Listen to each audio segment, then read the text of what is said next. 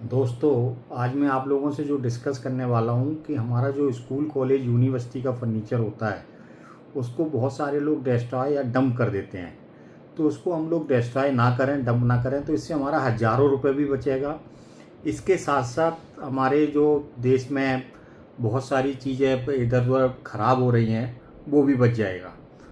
तो सबसे पहले हम लोग ये देखें कि वो हमारा कितना पुराना फर्नीचर है जो कि हमने डंप यार्ड में छोड़ रखा है या जिसको हमें रिपेयर कराना है। अगर वो फर्नीचर लेटेस्ट लिया है 2 3 4 साल पहले और वो ख़राब हो रहा है तो वो फर्नीचर रिपेयर ना करें, उसको तो डिस्ट्रॉय करना ही बेटर है, उसको स्क्रैप करके हम बेच सकते हैं। लेकिन वो फर्नीचर अगर मेरा कम से कम 15 साल या उससे ज़्यादा पुराना है तो उसको हम रिपेयर करें। उसका रीज़न क्या है, जो फर्नीचर ऑलरेडी 15 साल चला हुआ है हमारा, इसका मतलब वो स्ट्रॉन्ग फर्नीचर है और जिसने भी उस टाइम सप्लाई किया हुआ है वो अच्छा फर्नीचर हमें सप्लाई किया हुआ है। यानी कि वो 15 साल तक हमारा ख़राब नहीं हुआ, इसके बाद ख़राब हुआ। हम कितनी भी महंगी कोई भी आइटम लेते हैं तो वो थोड़े टाइम बाद ख़राब होता है, लेकिन अगर लॉन्ग टाइम बाद ख़राब वो चीज़ हो रही है तो इसका मतलब वो चीज़ हमें अच्छी मिली हुई है। तो सबसे पहले क्या होता है कि उसके अंदर जो टॉप सीट बैक होते हैं वो लेमिनेट के बने हुए होते हैं या फिर वो पॉलिश होता है उनके ऊपर। तो अगर वो लेमिनेट के बने हुए हैं तो उनमें क्या होता है, लेमिनेट निकल जाता है। मैंने बहुत सारे स्कूलों को क्या देखा है कि उसी लेमिनेट के ऊपर वो दोबारा से लेमिनेट को प्रेस कर देते हैं या लेमिनेट को चिपका देते हैं, जो कि बहुत ही गलत है। ऐसा नहीं करना चाहिए, क्योंकि लेमिनेट के ऊपर जब हम लेमिनेट को प्रेस करते हैं वो थोड़े टाइम बाद वो निकल जाता है। अगर हमें लेमिनेट को रिमूव करना है, अगर उसके लेमिनेट के नीचे की प्लाई या बोर्ड जो भी है वो ठीक है, तो लेमिनेट निकालने की एक प्रोसेस होती है जिसको हॉट प्रोसेस बोलते हैं। लेमिनेट को सरफेस को हमें थोड़ा सा गर्म करना होता है। गर्म करने के बाद ऑटोमेटिकली बड़े ईजिली वो बाहर निकल आता है, पुल हो जाता है। वो लेमिनेट जैसे ही पुल होगा उसके ऊपर हम दूसरा लेमिनेट जब हम लगाएंगे तो वो ईजिली लग जाता है हमारा। दूसरा क्या है कि जब हम लेमिनेट को निकाल देते हैं तो हम उसके अंदर का स्ट्रक्चर देख सकते हैं, प्लाई बोर्ड जो भी है वो ठीक है या नहीं है। अगर वो ठीक है तो उसी के ऊपर हम लोग लेमिनेट प्रेस कर देंगे। अगर वो ठीक नहीं है तो फिर हम उसके ऊपर प्रेस नहीं करेंगे, उसको भी चेंज कर देंगे। इसके बाद क्या आता है, अगर सपोज दैट कि वो लेमिनेट का हमारा टॉप सीट बैग नहीं है, वो पॉलिश का है, तो एक वुड टच करके एक लिक्विड आता है, वुड टच। वो किसी भी हार्डवेयर की दुकान पे इजीली अवेलेबल हो जाता है या पेंट या हार्डवेयर की दुकान पे। उसको हम लोग लाएंगे।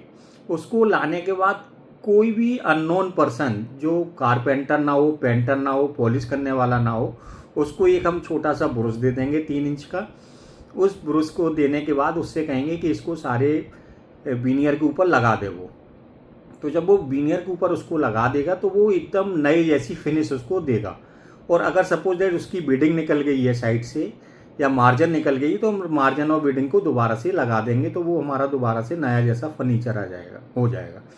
इसके बाद आता है हमारा लोहे का स्ट्रक्चर। लोहे के स्ट्रक्चर में अगर 15 साल पुराना फर्नीचर है तो आप ये मान के चाहिए वो आपका बहुत ही ज़बरदस्त फर्नीचर है। उसको स्क्रैप करने का कोई फ़ायदा नहीं है। उसको जहाँ भी वेल्डिंग उसकी खुली हुई है या निकल गई है या कोई और दिक्कत है तो उसको हम वहीं पे वेल्ड करा लेंगे। वेल्ड कराने के बाद सपोज दैट उसके ऊपर अगर पाउडर कोट है तो दोबारा तो वो पाउडर कोट नहीं हो सकता है, तो हम उसके ऊपर पेंट करेंगे। पेंट करने से पहले हम एक चीज़ का ये ध्यान रखेंगे कि इस पाउडर कोट को पूरा हम निकाल देंगे।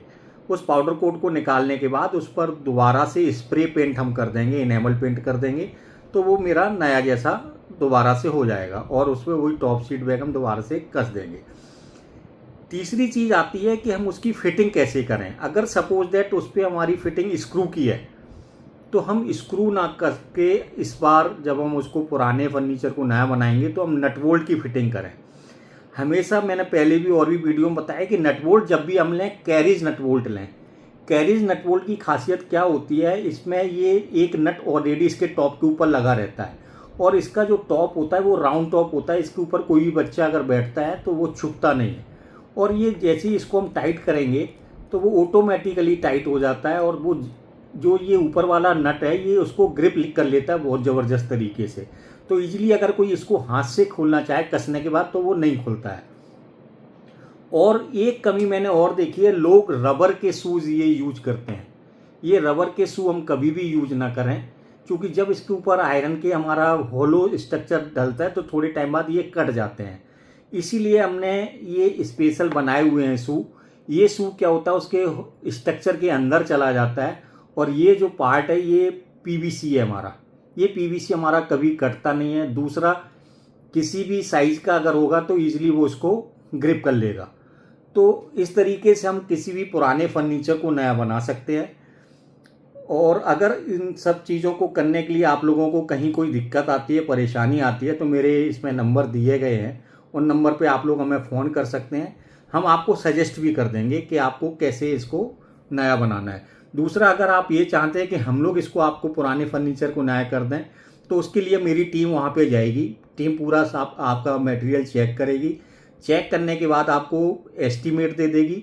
एस्टीमेट देने के बाद आप उस पर डिसाइड कर सकते हैं कि हमें ये पुराना फर्नीचर अपना नया कराना है या फिर हमें नया फर्नीचर लेना है। डिसाइड करने के बाद आप लोग जैसा भी करेंगे वो हम लोग, हमारी टीम वैसा ही वहाँ पे कर देती है।